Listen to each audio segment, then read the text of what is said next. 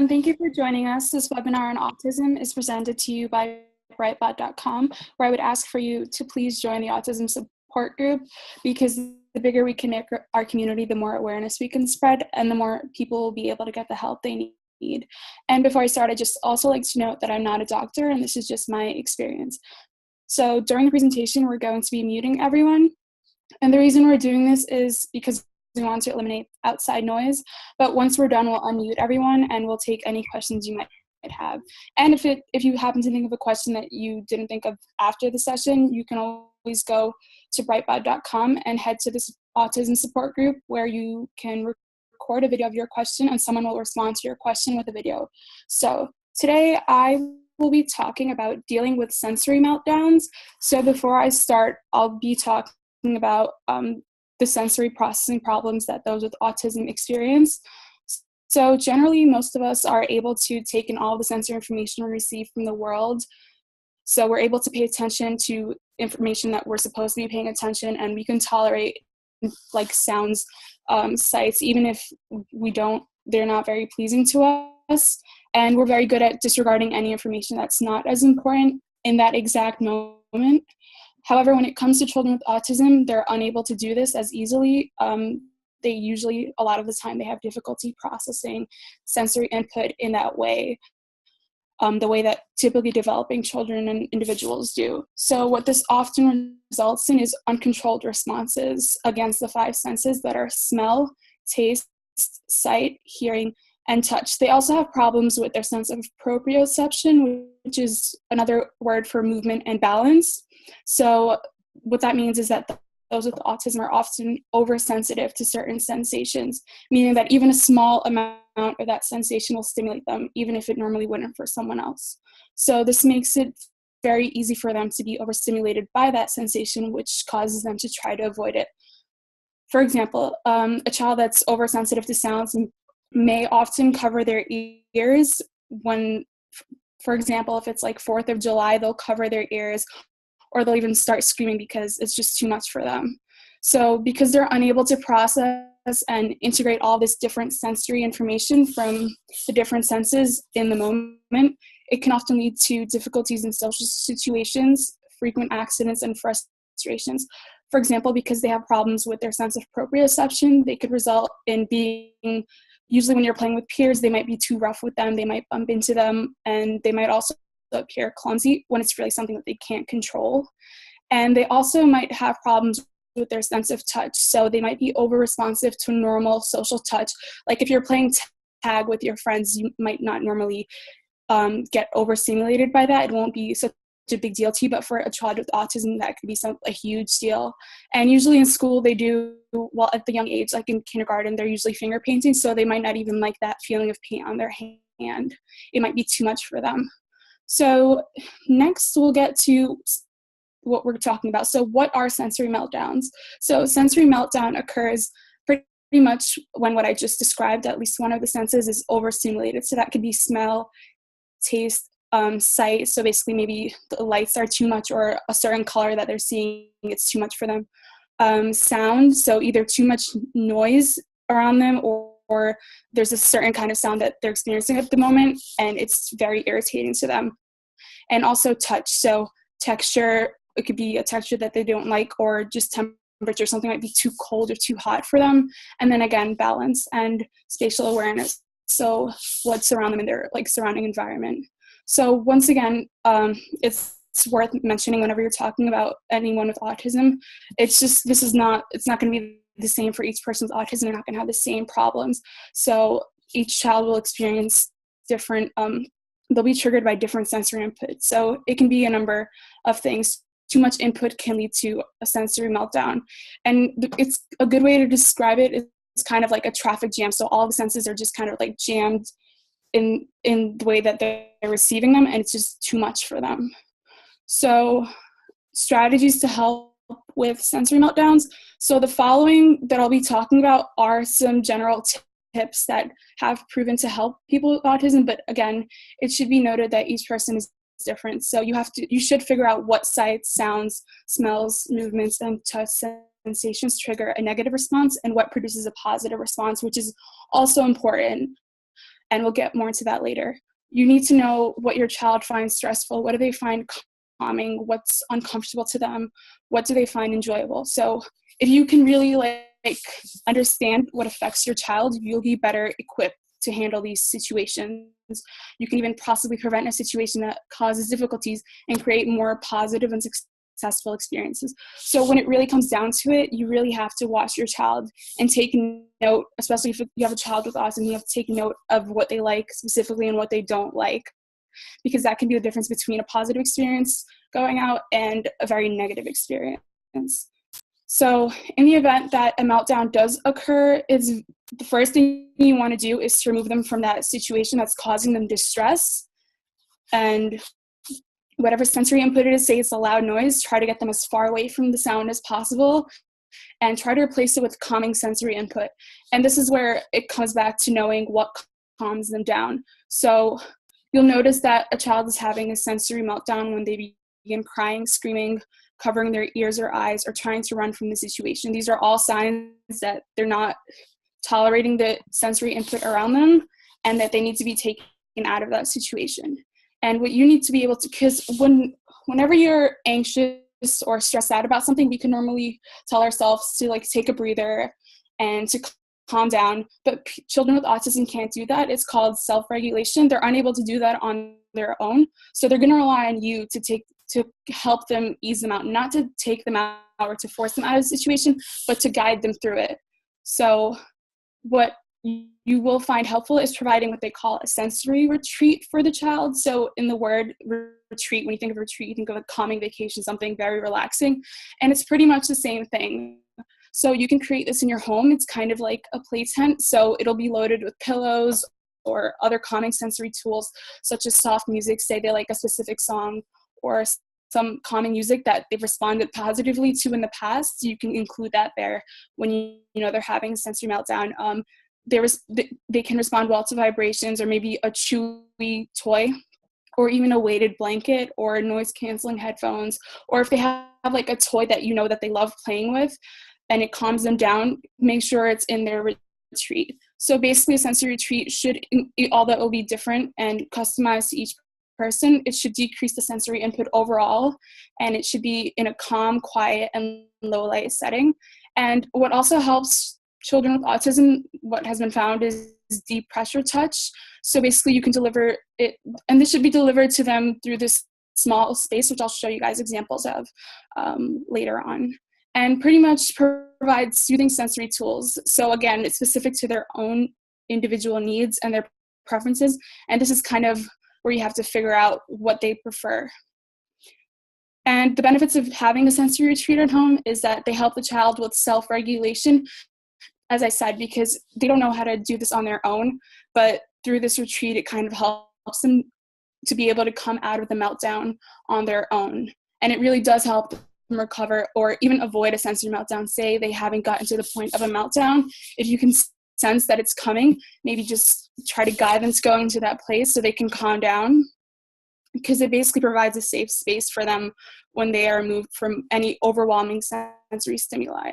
And other tools that can help calm the child, again, applying deep pressure, that's a big thing, because it helps them desensitize whatever, if they're experiencing some kind of a touch stimuli that they're not agreeing with. So deep pressure can really help them with that. So you can give them a massage or give them a bear hug. Just try to be very physical with them, but again, only if they're open to it. And you should also experiment with different activities that include sensory input for them that they do enjoy. So for example, you might try to experiment with Play-Doh or sand, or you could even bury objects in dry beans or rice that's uncooked, of course, and you have them look for it, kind of like a treasure hunt. Or you could even do finger paint with pudding or just regular finger paints. You could even take a damp towel that's been helpful to children before. You could take a damp towel and rub it on their arms in firm and quick strokes. Or you could have a stress ball for them, or even a giant exercise ball for sitting and bouncing. That can also be soothing. And or even, again, just like a favorite video or a song that won't, again, add to like the overwhelming sensory stimuli that they're experiencing. And once again, it's like, this is the most important thing. You need to allow them time to come out of the retreat on their own terms. Don't, even though you want to be there for them, don't try to like talk them out of it or talk them through it or like bargain or rationalize, because in that moment, they're very overwhelmed and this could only add to that. So you want to make sure that they're coming out when they're ready. Like, don't force them through it, or don't tell them to like get over it or something, because it's not really going to help them. They have to come out when they're ready. Now, so those are some strategies, but how can you prepare and even possibly prevent a meltdown? Well, it's easy to set up your home to be the perfect place to be ready for any sensory meltdown, but this might not be as realistic because you can't take a bunch of pillows with you when you go outdoors. So what you can do is make a kit that does include some items that you can use in public in the event of a meltdown. So for example, if it's summer, bring sunglasses or a baseball cap to protect them from, harsh light or heat. And even a soft fabric to rub on their hands in place of like a damp towel if you can't even get that, or bring your favorite stuffed animal. Again, you could get a stress ball or also soundproof headphones, and also a change of clothes because you never know what might happen. And possible prevention. So although this may not work for every child, you can try to take some steps to prevent a sensory meltdown by doing the following. So give them an advance warning. For example, if you know you're going somewhere that it's going to be very loud, try to let them know what to expect. For example, say you're going to a public place and you're going to be using public restrooms, maybe you should let them know that, the automatic toilets that flush, or the hand dryers that, that are automatic, so they know what to expect. Or even if you can, try to help them find a place that's far away from the noise, if that's even possible. And then you also want to try to muffle sounds if you know they're very sensitive to them, once again by using earbuds or noise canceling headphones or even earplugs. But again, it's specific to what their needs are. Some kids might even be too sensitive to earplugs, so maybe just the noise canceling headphones would be best. So they offer them protection from the sounds, that something that you can avoid. And problem solving and working with others. So you won't always be present, especially in school. So make sure that the school personnel know the strategies to help your child during sensory meltdowns, or to even possibly help prevent them. And lastly, whenever you're trying anything new, you should always try, you can't always avoid everything, but you can try to introduce them to new things slowly. For example, if you want to try out going to the supermarket with them, maybe try going at a time when you know it's less busy and take them then. Or even try going at a time when, check out the places ahead of time by yourself, not with them, to let them know what they should expect. So now that we've talked about that, I will show you guys an example of a sensory retreat. So as you can see here, it looks very cozy. You see like a bunch of pillows, and there's a child playing with Play-Doh, and that was the treasure hunt with the rice that I was talking about before, and that was the ball. And it's just like a kind of like a cozy corner where they can go and just relax and cool down and have like their own time to come out of whatever meltdown that they're having. So just to sum everything up that we discussed, children with autism have difficulty processing sensory input, which results in these uncontrolled responses against the five senses, which are called sensory meltdowns. So again, each child will respond differently, but the following can be helpful during a meltdown. So once again, it's always important to first and foremost remove them from the overstimulating situation and replace that with calming sensory input. Provide them a place where they can receive that calming stimulation, and allow them to come out of the meltdown on their own terms. Don't try to force them out of it. And when you're not home, prepare for sensory meltdowns outside the home by creating a sensory kit, again, tailored to your child's own needs. And always try to take preventive measures with new sensory experiences. So give them an advanced warning of overstimulations, and just take new experiences seriously. So now we'll take any questions that you guys might have. I have a question, Nadine.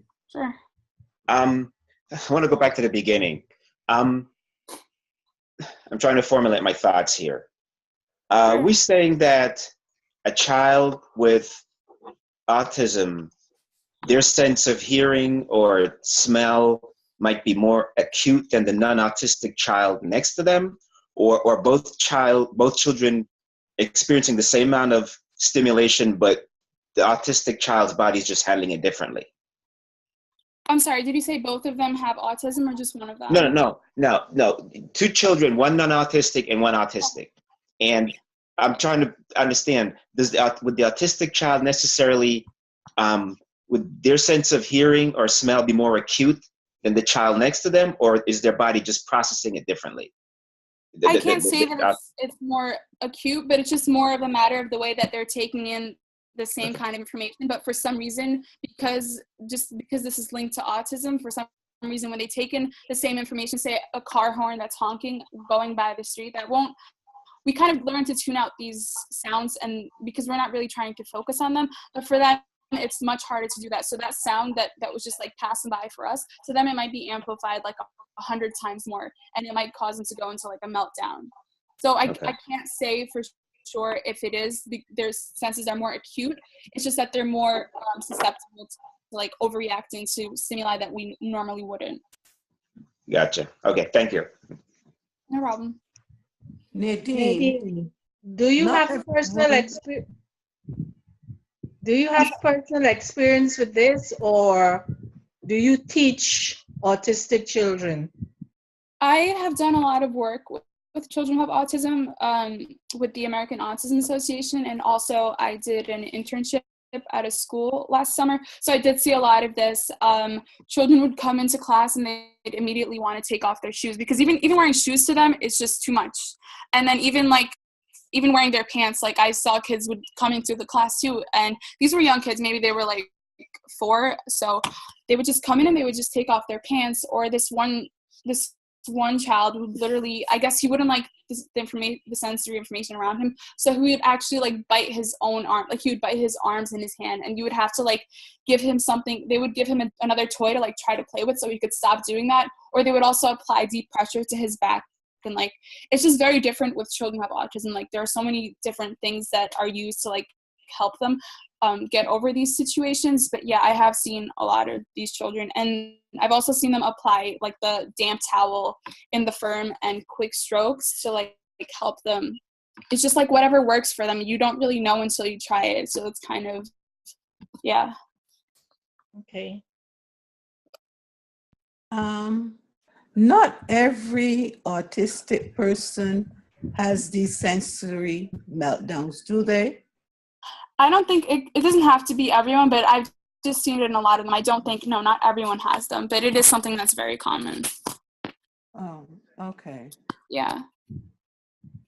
Because I do have an autistic nephew, and, you know, I've really never seen him have a meltdown or anything to that extent, but there's certain things that do stimulate him, whereby he enjoys music and, you know, reading and stuff like that, and anything to do with praise and worship, you know, those are the things that he find very stimulating. So his parents do make those things available to him. But I've never seen like, you know, real meltdown as such. Yeah. No. He's never like disagreed with anything, because there are different meltdowns. So there's just like, there could be just a regular one where they're not agreeing with what's happening at the moment, or maybe they might be like nonverbal or something, or they might not want to be doing something, but the only way they can communicate it is maybe like crying or screaming or getting on the floor, and just that's how they tell you that they don't want to do something. But then there are the sensory meltdowns where it has to do with like the stimuli around them, like their senses is too much for them. So it might be the case that your nephew probably doesn't have these kind of sensory problems. Oh, okay. I'll ask my siblings, you know, if for some reason he has ever experienced anything like that with him, you know. Yeah, I'd definitely be interested to know. All right, thanks. No problem. So then the kid who's sitting on the floor screaming in the supermarket could be having a tantrum as well as it could be a sensory meltdown. Yeah, oftentimes it can be a combination of both. It's really hard to know which one it is. But I guess if like I get their parents, that's why I say it's really important to pay attention to them, because whatever whatever kind of meltdown it is, they're trying to communicate something. So they can be communicating that they just want to get out of that situation. They don't want to be in the supermarket, which can be common too, because it's like a very, it's oftentimes not it's very loud and there's a lot of people, so it might be that, or it might be a combination of both. Okay, I guess I'll try to not be so judgmental anymore then. You never know. Nadine, does kids with Asperger's have the same kind of sensory issues I'm sorry, can you repeat that? I can't really hear you all. as the autistic child? I'm sorry, can you repeat that? Does kids with Asperger's, would they have the same kind of sensory issues as kids with autism? Well, Asperger's, it's on the autism spectrum, but it's where their deficits are really, it's in like the social aspect. So I don't really know too much about Asperger's in great detail, as much as I do know about just autism spectrum or disorders in general. But I would just personally assume that because theirs, it's kind of like they're more high functioning and they don't really see a lot of the other characteristics that people with autism normally have, that's not something that they experience, but I'm not sure. I couldn't really say for certain. Okay, thank you. No problem. I have a question. Is it recommended to use the retreat, the self-regulation? I mean, I don't know if I'm saying this right. The retreat, I don't know if it's a self-regulation retreat or just a retreat, but is it recommended to use the retreat only when you suspect the child is having an overwhelming sensory experience, or is it also advised to use the retreat at a time when maybe he's just having some emotional problem that might not be related to an overwhelming retreat? And then if it's recommended for only the overwhelming sensory experiences, how are you supposed to know? Okay, so from my understanding of the research that I found, you can use it in sensory meltdown situations, but you can also do it like to prevent them, like I mentioned before. Like if you feel like it's coming, like they're gonna have a meltdown, you can put them there. Or again, it's kind of like their safe space. So whenever they feel overwhelmed, and you notice that they're like not agreeing with something that's happening, then you can just direct them to go there, like say, hey, maybe like you want to play with your toys or whatever in like your little corner. Obviously, you're not going to call it a sensory retreat, but you'll have like a different name for it. I'm sorry, I forgot the last part of your question. If it was only for the sensory meltdown. Yeah, I mean, it sounds like it's not only for a meltdown as a result of an overwhelming sensory experience. It sounds like you should use the retreat for any upcoming meltdown. Yes. So Yeah. yeah. So I mean, my other question was, it's irrelevant at this point. So thanks for answering my question. Okay, no problem. Yeah, Nadine, that's something that I was thinking. When you see adults, have these types of meltdowns, and that they must have the last word in any type of conversation or situation, how do you calm that person down? What type of retreat do you put that person in other than a padded room? Or are you talking about adults with autism, or just adults that you're like? I can't really say. I mean, some people just feel like they have to have the last word. You would think that they're not autistic, but they have that type of behavior. Some people just have that kind of personality. Honestly, that's some people are just like that. I can't say. I don't know if you put an adult in a sensory retreat, but yeah. Okay.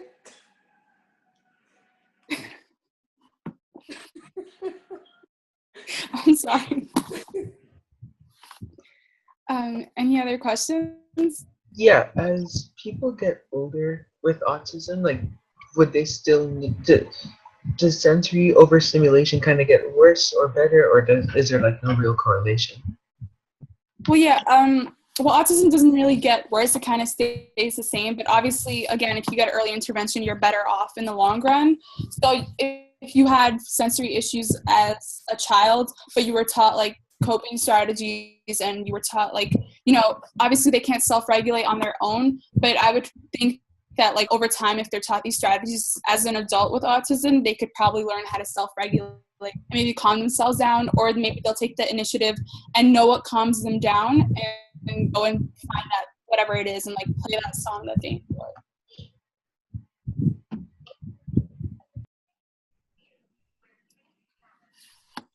So you said it can have to do with any of the five senses. So I guess the taste of a particular food could have the same effect of overstimulation. Mm-hmm. Yeah, Okay. like I did another webinar. I think you were there for the one on food sensitivity. That's one theory on why children with autism are selective with the food that they eat. Maybe they'll only eat like things that are blue or things that are green, right? So that's one working theory on why children with autism are selective with their food. It's a theory that maybe like whatever food or the texture, there's a lot that goes into eating that you don't really think about. So there's the color, there's the way it looks. So all of your senses can be involved in what you're eating, and that could be way too much for them. So they'll limit what they eat to like one or two things. So that's definitely a theory on why, but more research needs to be done on that. Okay.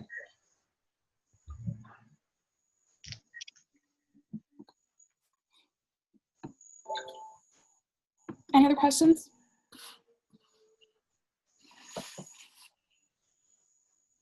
Okay, well, that's all. Please remember, if you have any other questions, you can definitely go on brightbot.com to the Autism Support Group and post a video, and somebody will respond to your question with a video. I had a lot of fun tonight. Thank you so much for all of your questions. I hope to see you guys soon. Bye.